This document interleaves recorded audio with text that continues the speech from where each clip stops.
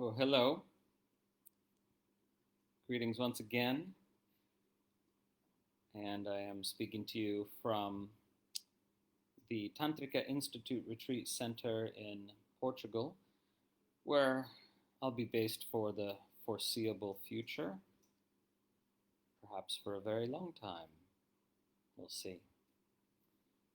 And yeah, we do have quite a vision for this place, this physical center, and also for our online center, which we call an online learning portal. And the online learning portal is hopefully launching in September in a sort of beta way.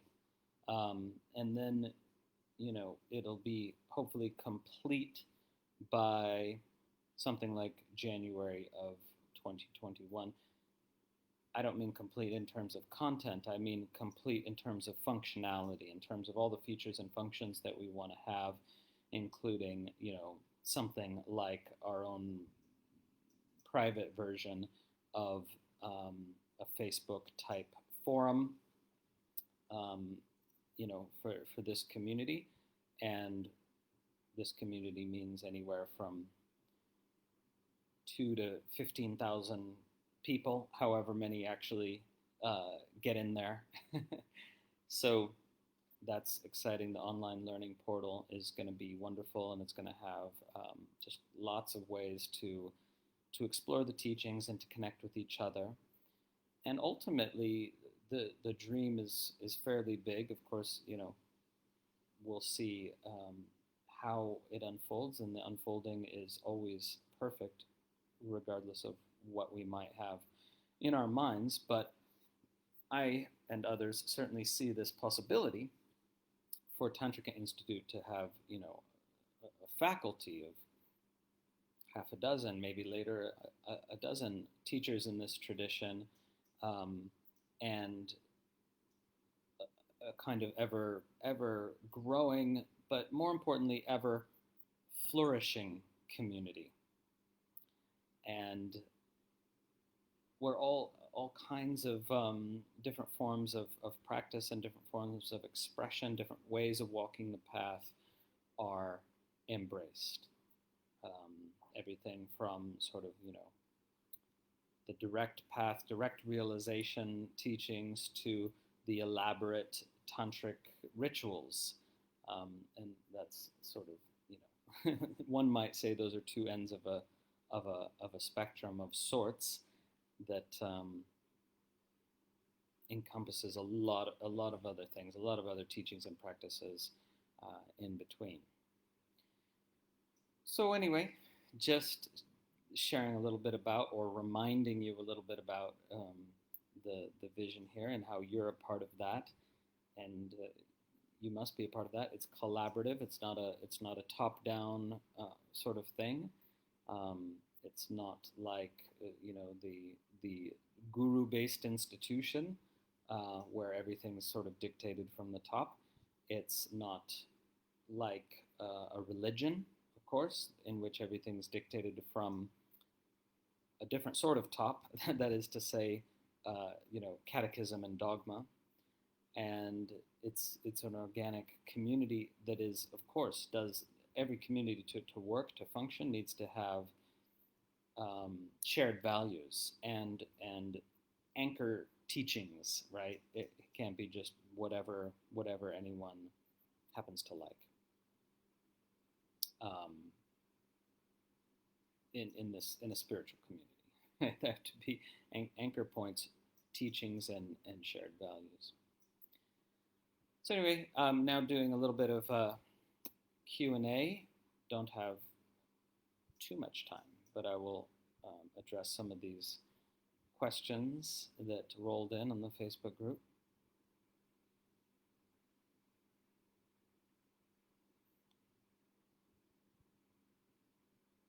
Nora says, can you talk about the differences between transcendence, witness consciousness, and dissociation? Yeah, so this is a very good question that Nora's posed a couple of times, and I haven't answered because it's really hard to answer, but I'll have a stab at it. part of the reason it's hard to answer is because words mean whatever people use them to mean. So we can't say, that transcendence, that this word has a fixed meaning.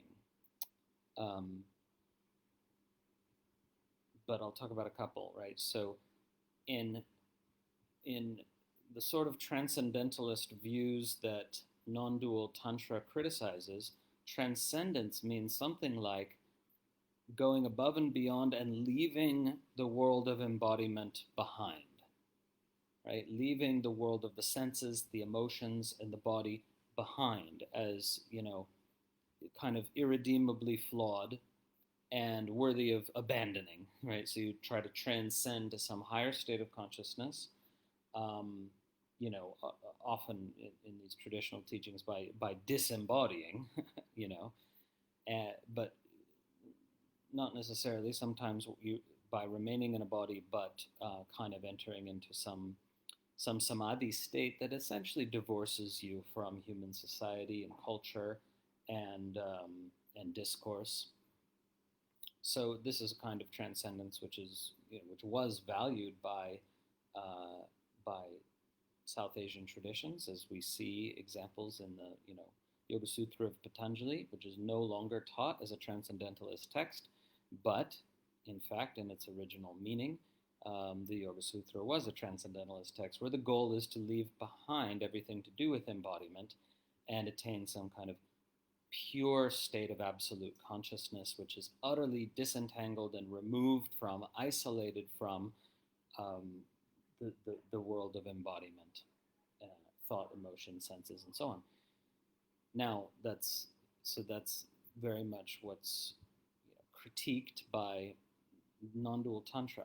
But non-dual Tantra also critiques dualistic Tantra, which I'll talk a little bit more about later. But in dualistic Tantra, it's also seeking a transcendence where you're trying to attain a higher plane of reality, a higher, allegedly higher dimension of being in which you have godlike powers. In dualistic Tantra, you seek to become equal to Shiva, who is seen as a divine person, not as consciousness per se, but a superhuman being.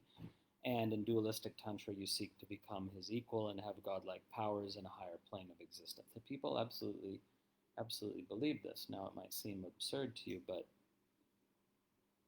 I mean, it's not really that different from Christians who believe that they'll go to heaven and see God sitting on a throne with Jesus at his right hand. Well, that might seem absurd to you as well, but I'm just trying to say that these, older forms of religion are not fundamentally distinct from some modern forms of religion.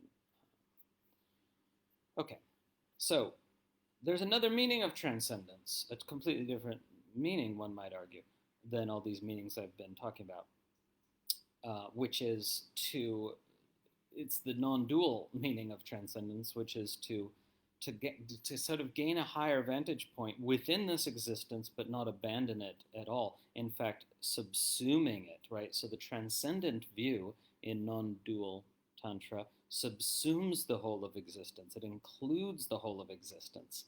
So it's just like if you're standing on a mountaintop, you can see the whole landscape better, but it has nothing to do with rejecting the landscape in any way or embodiment, right? So this sort of transcendence is, taught in detail by Abhinavagupta and others.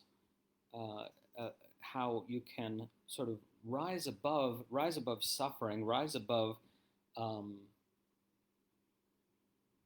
banality, one could say, and still be embracing existence, embracing the pattern of existence, embracing embodiment, embracing the flux of emotions, but not kind of caught up in any given particular emotion or thought pattern. So that sort of transcendence we're going for in this path. Right?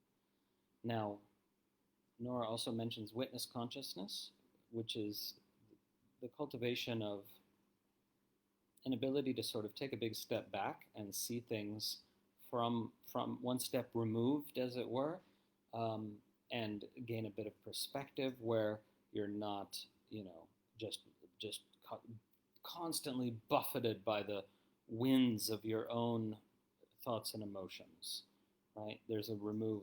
Now, this is dissociation. It can be a healthy form of dissociation.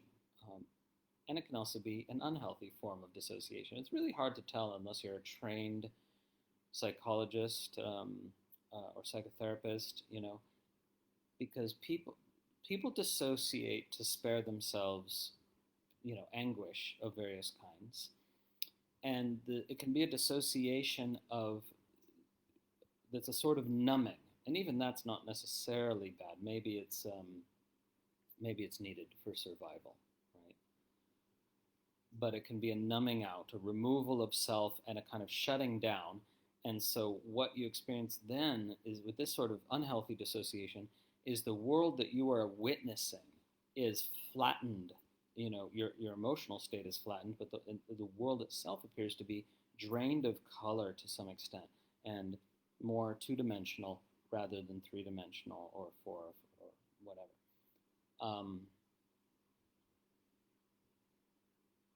That's part of how you can tell it's the unhealthy form of dissociation, right? Whereas in this healthier form of dissociation or witness consciousness, you are just one step back, but still really kind of curious about reality, and it doesn't lose its color.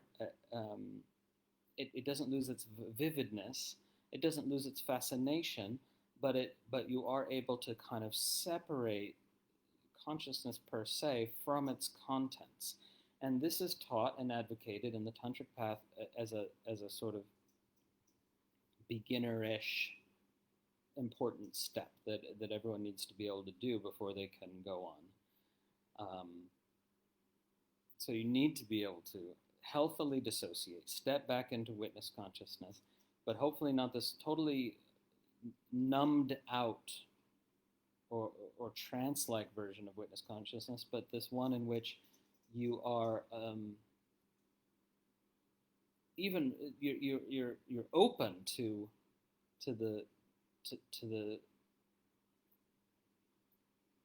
play of existence, and you're observing it from one step back, from behind glass. It's just like if you are at, I don't know, at the zoo and there's a fascinating exhibit and there's glass because they don't want you getting too close or something. You're at one step remove in that zoo scenario, but you're paying close attention and you're interested, you're fascinated, but you're not in it. You're not in the middle of the exhibit. Okay, so that's the beneficial kind of witness consciousness, one might say. And then ultimately one seeks to go beyond the need to take that step back. But you have to be very, very proficient at taking that step back before it's appropriate to talk about going beyond.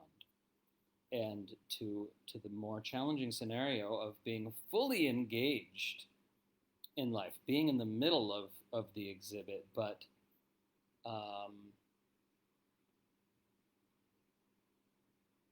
not controlled by it, one might say, not for example, you're in the middle of it all, but you don't compulsively believe your thoughts. You don't compulsively assign significance to your emotions. You don't see your emotions as problems to be solved. You can see that your thoughts are at best tools, not truths. So you don't grapple with the truth value of thoughts because you know that thoughts are not true. They're just potentially useful tools. So this is obviously a bit more difficult to explain. Everything that's more ultimately true is, in a sense, more difficult to explain. Witness consciousness is easier to explain, but people do like to say, when they hear this, they say, "Oh, you're talking about being in the world, but not of it." kind of a paraphrase from the Bhagavad Gita. Well, that really depends what you mean by in the world and not of it. If you mean witness consciousness, no, we're talking about a step well beyond that. So it's too vague of a phrase, really, to be sure of what the person is referring to.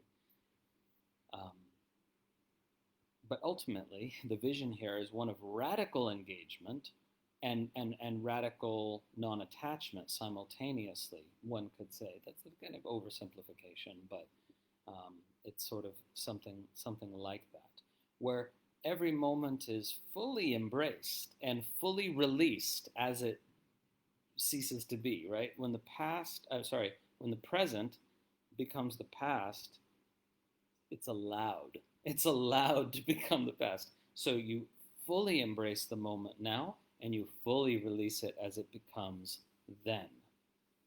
Every single moment. Fully embrace, fully release. And it becomes natural, right? So that's maybe a good way of describing this step beyond witness consciousness. But it's ultimately experiential, and like anything experiential, it's not really fully capturable in words.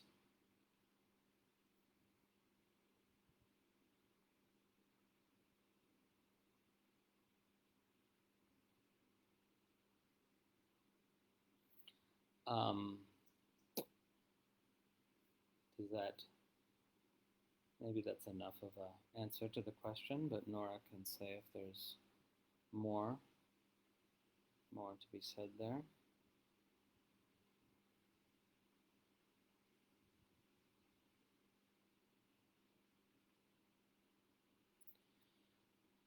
Doug says, I notice, this is in the live feed now, I notice I can access witness consciousness as a temporary state fairly regularly, but I have a more challenging time dissolving the contents of the thoughts, feelings that arise.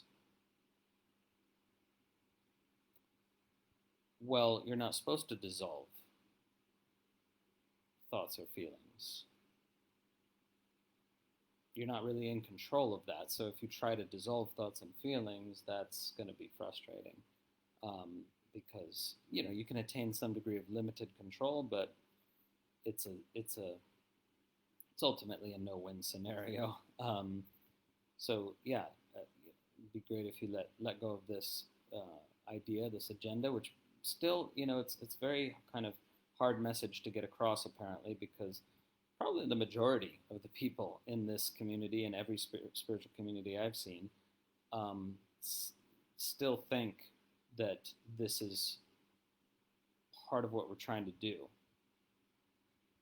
Attain control, or be able to dissolve thoughts and emotions, be able to transcend at will, be able to bring anything to an end at will. And even if that's not what Doug is thinking, I want to stress that point because it's very important. As Adyashanti put it, real spirituality begins when your spiritual practice ceases to be a way of trying to be in control of your experience. So I like that way of saying it because it's humbling, right?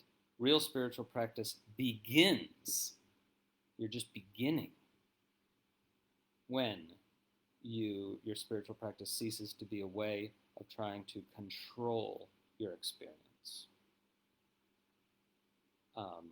Now, of course, there are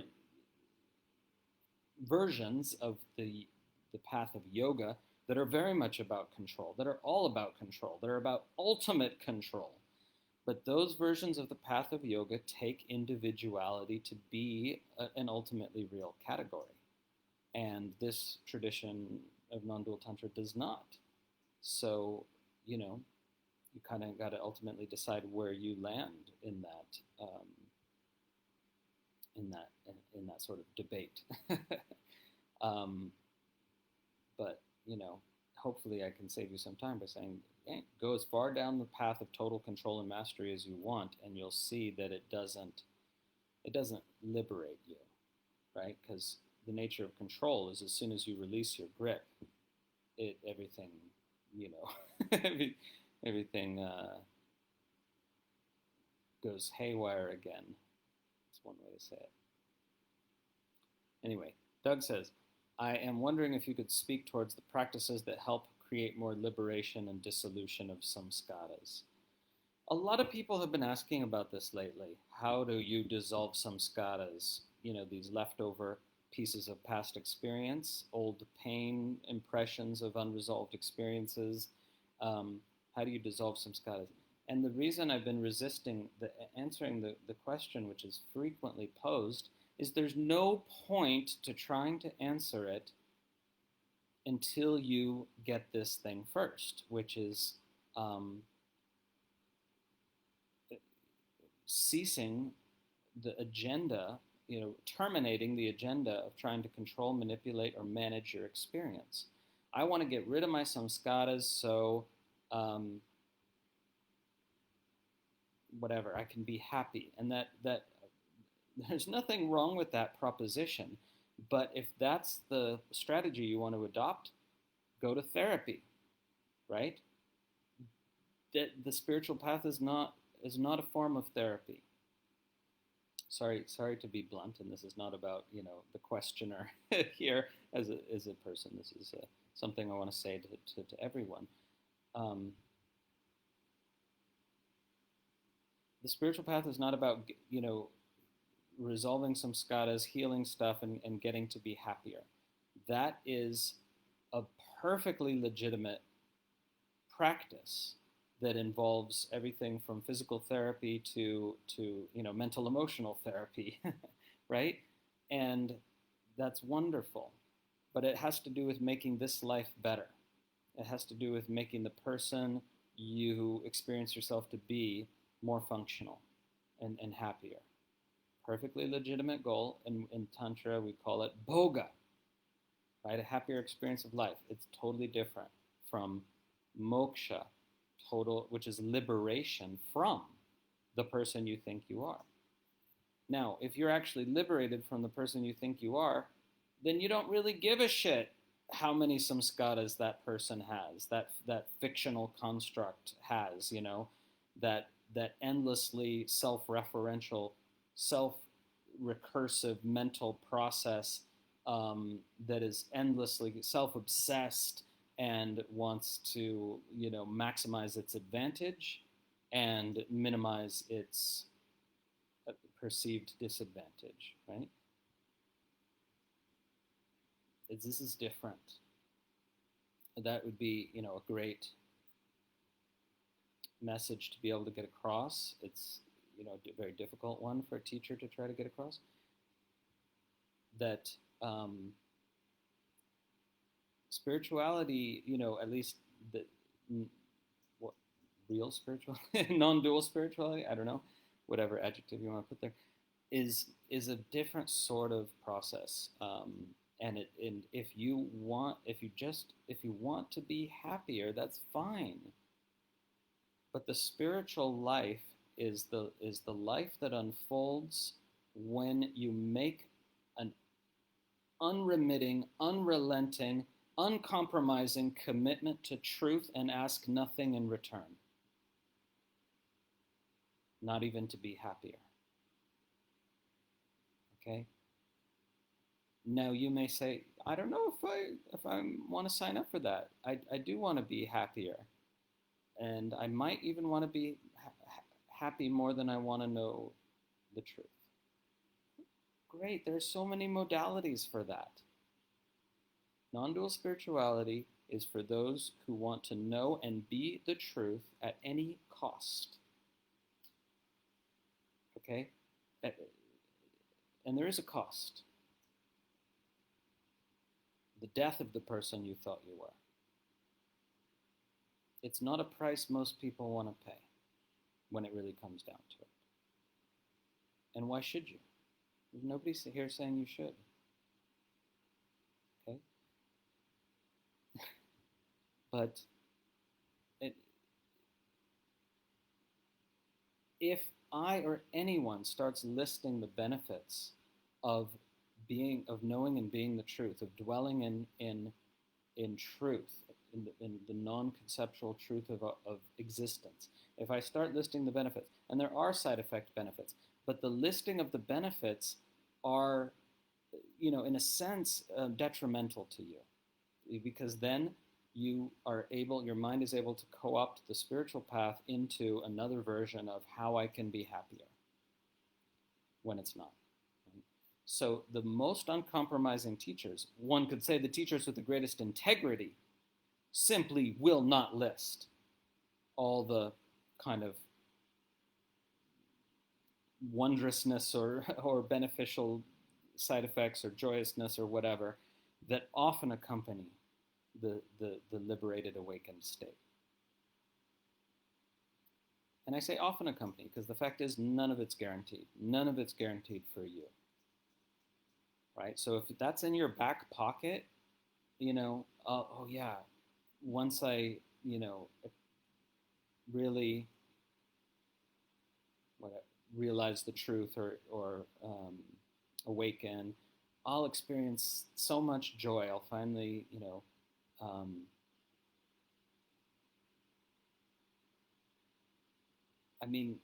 yes and no, but if that's in your back pocket, it undermines the whole enterprise, because it's got to be, I want to know and be the truth at any cost.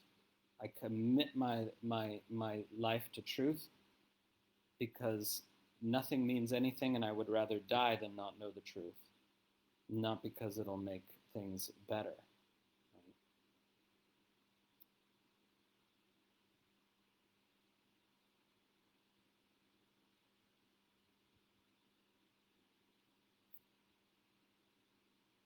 And there's no guarantees. There are a small percentage of people, it's a relatively small percentage.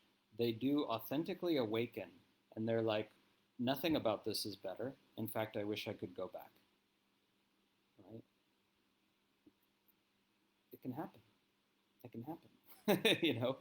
But thankfully it's rare. But it's why I say that? Just to stress that there's no guarantees. There's no guarantees that the joy or anything.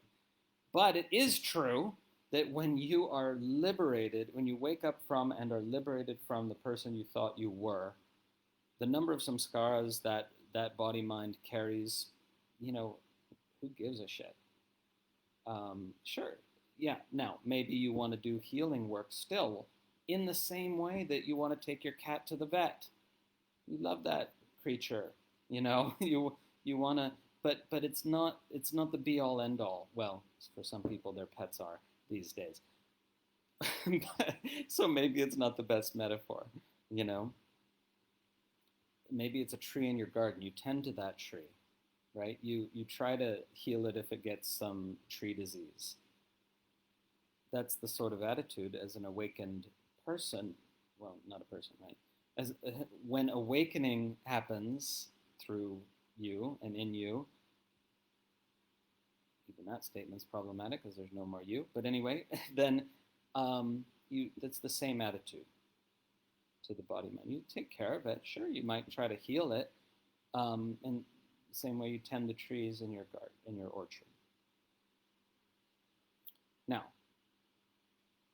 that was a bit of a rant that's relevant to, well, everyone, but not necessarily specifically more relevant to the questioner who unwittingly prompted the rant.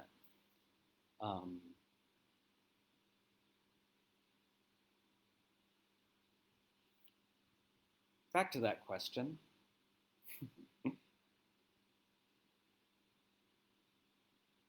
I could really benefit from a step-by-step orientation of what to do when I notice that I am attached or triggered by something. Okay, super simple. Notice that you're attached or triggered.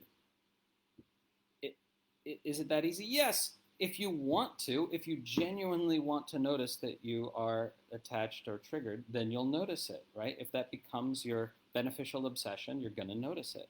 So notice that you're attached or triggered.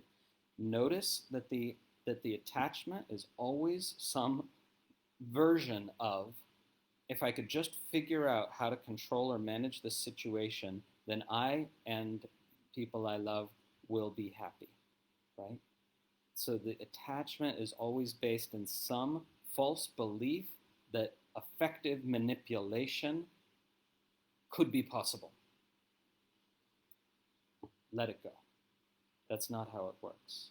That's not how we experience harmony in our relationships, through more subtle, more successful forms of manipulation, right? And that's what it is. When there's attachment, you still think, I could make this turn out right.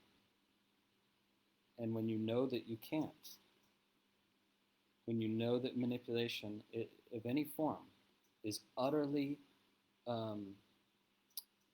contradictory, antithetical to anything that you ultimately really want, attachment dissolves like that. It's gone. Not so hard, actually. You notice you're triggered. What do? Don't believe the thoughts. Feel the feelings. Let it pass through. Don't, when in doubt, don't speak until it's passed through. Boom. You don't ruin your relationships. You don't damage them and then have to repair them over and over and over and over and over and over and over and over and over and over and over and over and over and over and over again. It's that simple. We make things complicated because our minds believe that it must be complicated because they can't. It's humiliating to realize it's so simple to the mind. I mean, not in reality, but to the mind, it's humiliating to realize it's so simple and you still haven't gotten it. So you want to make it complicated. The most difficult problem to solve, romantic relationships, the most difficult problem. No, it's not. We make it that way, right? Yes, of course, romantic relationships tend to trigger us more than any other relationship. But that's just because they're more intimate. If you have a relationship is just as intimate as a romantic relationship, it will trigger you just as much, right? And that's a gift. You're triggered, okay? So every time you're triggered, it's an opportunity to release. So let it pass through. Don't believe the thoughts. Don't speak on the basis of being triggered, and circle back when it's passed through mostly, and learn nonviolent communication, and then utilize it not as a technique to get what you want, but as a way of connecting to the aliveness in each other. End of story, really. That all the relationships are fine if you just do that. And more than fun. Let's not make it complicated.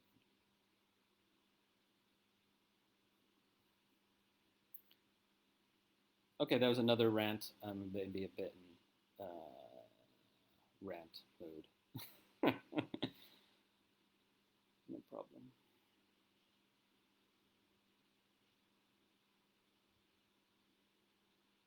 Hello. Namaste. You're beautiful. Looking at the live feed.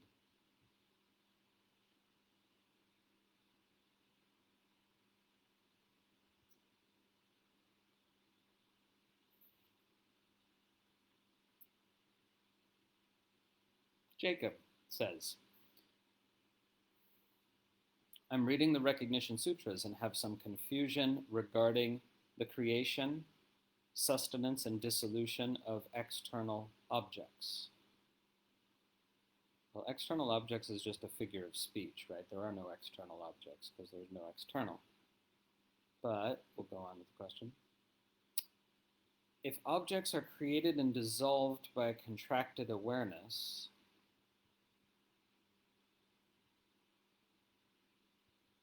not exactly true, but anyway, then, he goes on, then what is their status when no one is aware of them?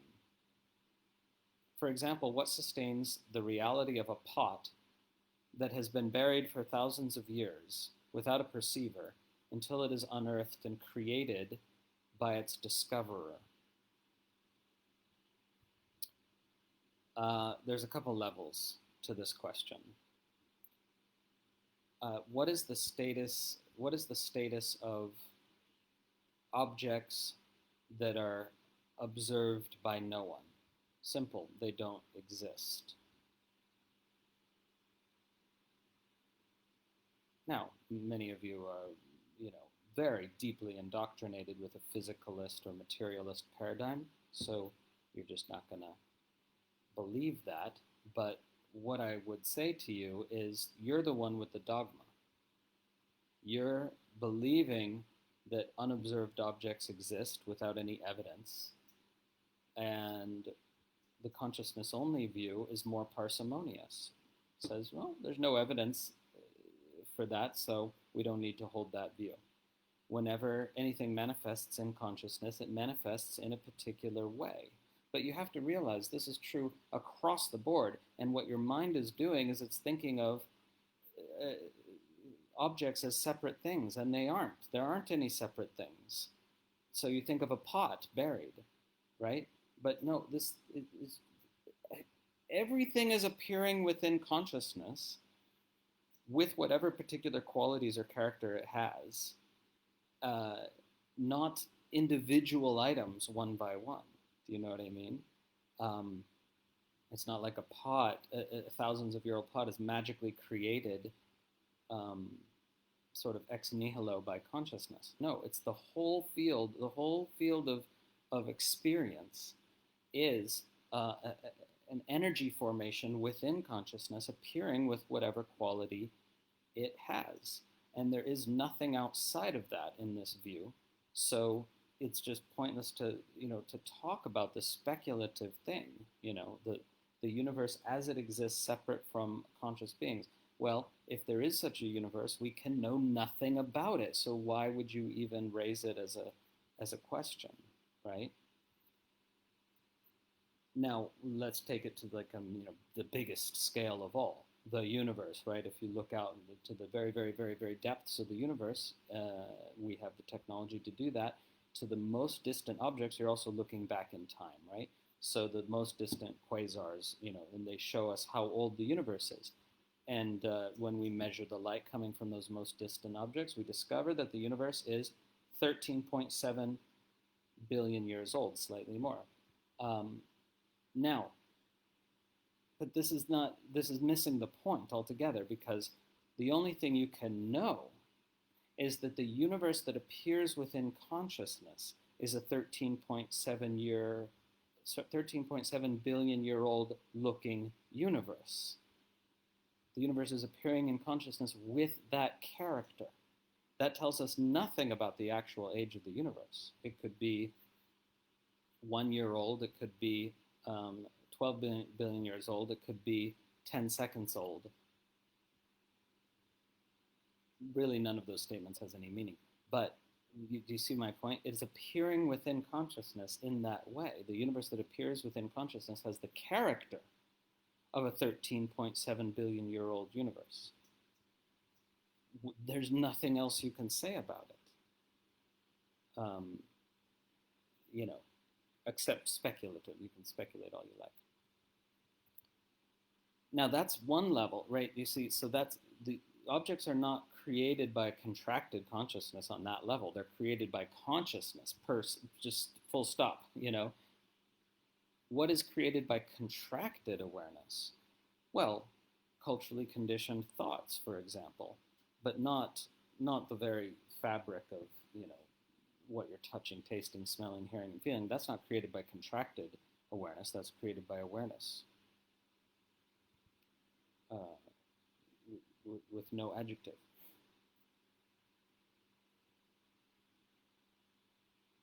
Okay. Now, somebody who's, kind of going with a purely philosophical view instead of a spiritual experientialist view is ultimately going to say we can't know whether the idealist or physicalist views are correct, right? So Western philosophers call the consciousness-only view an idealist view,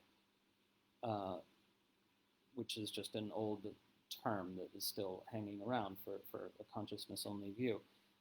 And a philosopher, a very strict philosopher, will say, ultimately, we cannot decide between these two possibilities, that physical reality is fundamental and consciousness is an epiphenomenon, or that consciousness is fundamental and what appears to be physical reality is the epiphenomenon. We cannot, on the basis of logic and experimentation, decide between the two, the strict Western philosopher will say.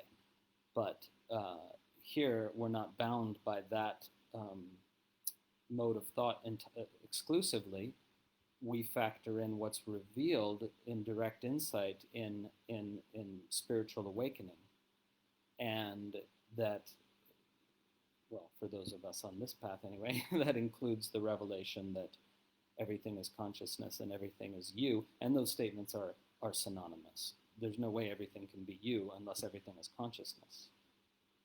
Think about that, because you'll find it's true. So, even though the ancients, like scriptures, like the Upanishads, didn't say everything is consciousness, they said, well, a few of them said everything is you, that your essence nature is the essence nature of all things. Well, the only way that can possibly be is if everything is consciousness.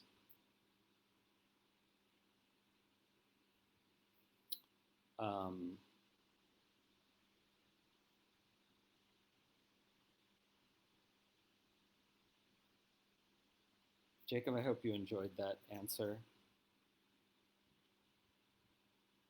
Maybe, maybe not. I'm sure somebody did.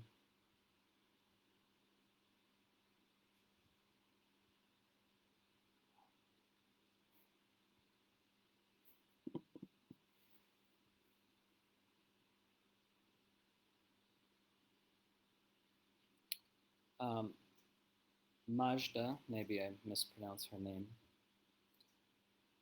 Last question. Got to do 10 other things, and then a Patreon webinar in 40 minutes.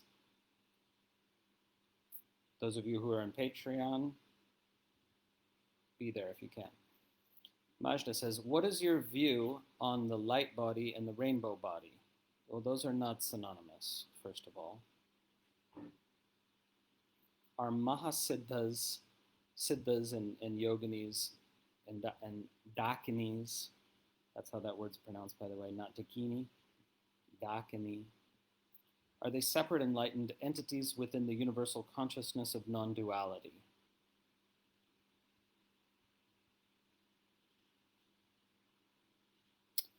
I think this will be debated between Kolbjorn and myself on a podcast. I actually don't think I could try to answer it now.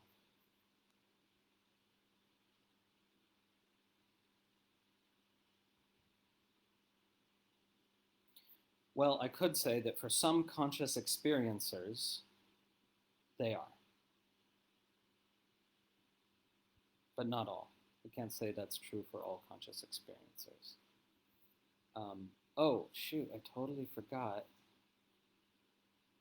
I was going to mention, well, there's not much time, but Wendy asked, how can it be that some views, specifically dualistic tantric views, state that there is only śiva and no śakti? How do they name and explain all the śakti that is all around us? Because they have a totally different view from non-dual tantra. Dualistic tantra states that there's three things in existence, not one, and the three are pati, pashu, and pasha, and that means the Lord, God, who's an actual being, separate from you, just like in most forms of Christianity and Islam. And there's pashu, the bound soul, i.e. you. Then there's pasha, the bond, which is the world. And they're three separate essences. They're not one and the same. So they don't call the world Shakti. They call it the bondage. And it is to be transcended by attaining the higher plane of existence where you have godlike powers, as I talked about before. So anyway, I just wanted to hit that really quick. Wendy's question. There's more to it, but the dualistic tantric view is very different from the non-dual tantric view, and this is surprising to people in general. But it's surprising because they ask, well, what makes it tantric? The practices. It's the practices. Many similar and even some of the same exact practices are done in dualistic tantra and in non-dual tantra. How does that make sense? Well, because some of the same practices can be leveraged towards different goals. In dualistic tantra, you're doing tantric yoga to attain a higher plane of consciousness where you have godlike powers. And in non-dual tantra, you're doing tantric yoga for other reasons, for the realization of the goal of this path.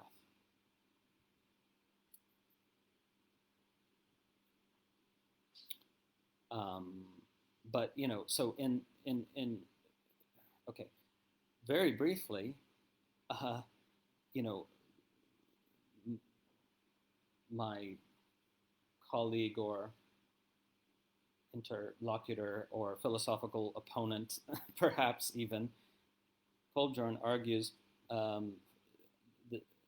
view that is ultimately based in the Kaula teachings of the tradition.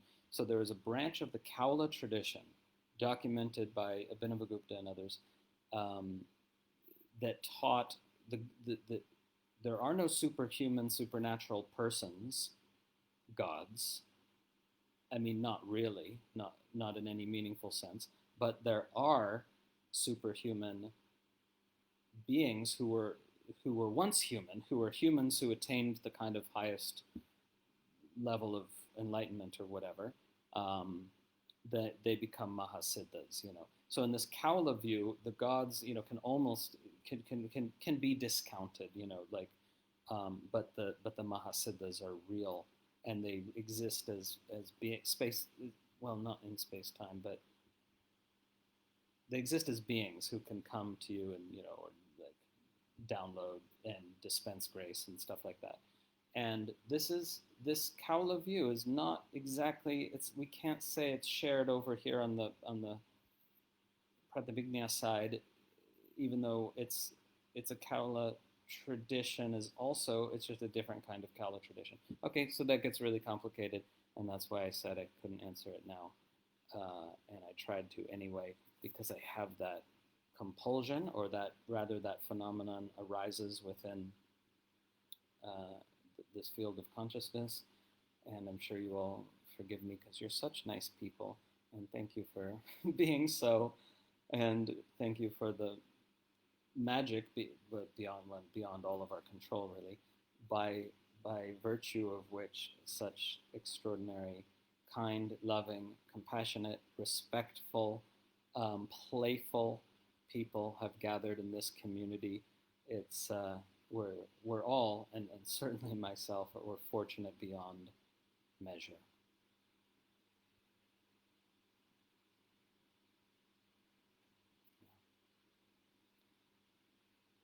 Okay, gotta go. Love you all. Om.